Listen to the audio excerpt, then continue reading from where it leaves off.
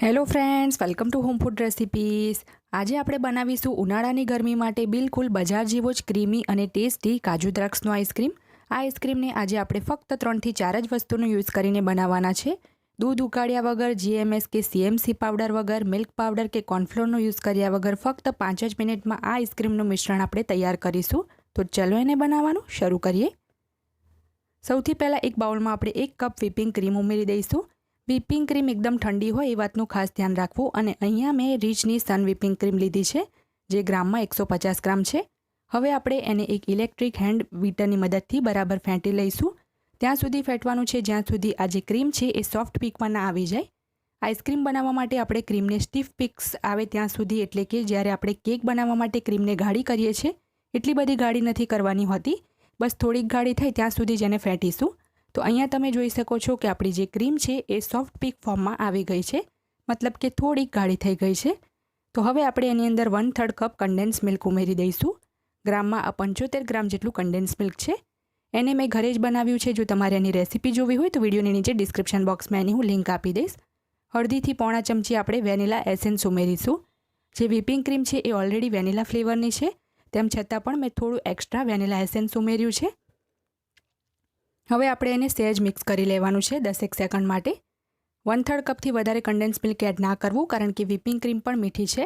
हवे एनी अंदर आपणे 3 टेबलस्पून टुकड़ा काजू उमेरीशुं। ग्राम में 25 ग्राम है।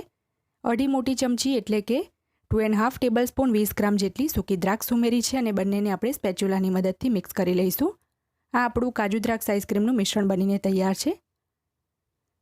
हवे आपणे आ मिश्रणने एक एरटाइट कंटेनर में काढी लेवानुं छे अने ढांकण ढांकीने आपणे 7 થી 8 कलाक माटे एने फ्रीजर में जामवा माटे मूकीशुं। तो उपरथी आपणे आ मिश्रणने आ रीते स्पेच्युलानी मददथी इवन करी लईशुं अने हवे आपणे एने काजू अने द्राक्षथी गार्निश करी लईशुं, जेथी देखावमां पण सारुं लागे। तो हवे आपणे एने फ्रीजर में जामवा माटे मूकी देवानुं छे 7 થી 8 कलाक माटे। 7 થી 8 कलाक पछी आपणो आइसक्रीम एकदम सरस रीते सेट थई गयो छे। तो आपणे ढांकण खोली लईशुं अने एक स्कूपरनी मददथी आपणे एने काढी लईशुं। तमे जोई शको छो केटलो क्रीमी आइसक्रीम बन्यो छे अने टेस्टमां पण आ आइसक्रीम बिलकुल बजार जेवो ज लागे छे। तो आपणे एने बाउलमां काढी लईए। आ उनाळानी गरमीमां तमे पण आ काजू द्राक्ष आइसक्रीमने चोक्कस ट्राय करजो।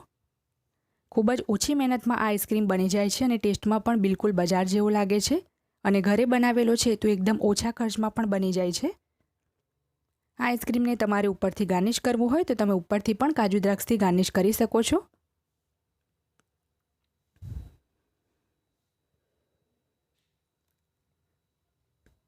તો ફ્રેન્ડ્સ, જો તમને મારી આજની આ કાજુ દ્રાક્ષ આઈસ્ક્રીમની રેસીપી પસંદ આવી હોય તો મારા વિડીયોને લાઇક કરી, શેર કરી, ચેનલને સબસ્ક્રાઇબ જરૂરથી કરજો। પાસે આવેલા બેલ આઇકનને પણ દબાવજો, જેથી તમને મારા આવનારા તમામ નવા વિડીયોની જાણકારી સૌથી પહેલાં મળે। અને જો તમારે મારી આ જ રેસીપી હિન્દીમાં જોવી હોય તો મારી હિન્દી ચેનલ ઉપર જઈને તમે જોઈ શકો છો, જેની લિંક મેં વિડીયોની નીચે ડિસ્ક્રિપ્શન બોક્સમાં આપી છે। તો મળીએ નેક્સ્ટ વિડીયોમાં, ત્યાં સુધી આવજો।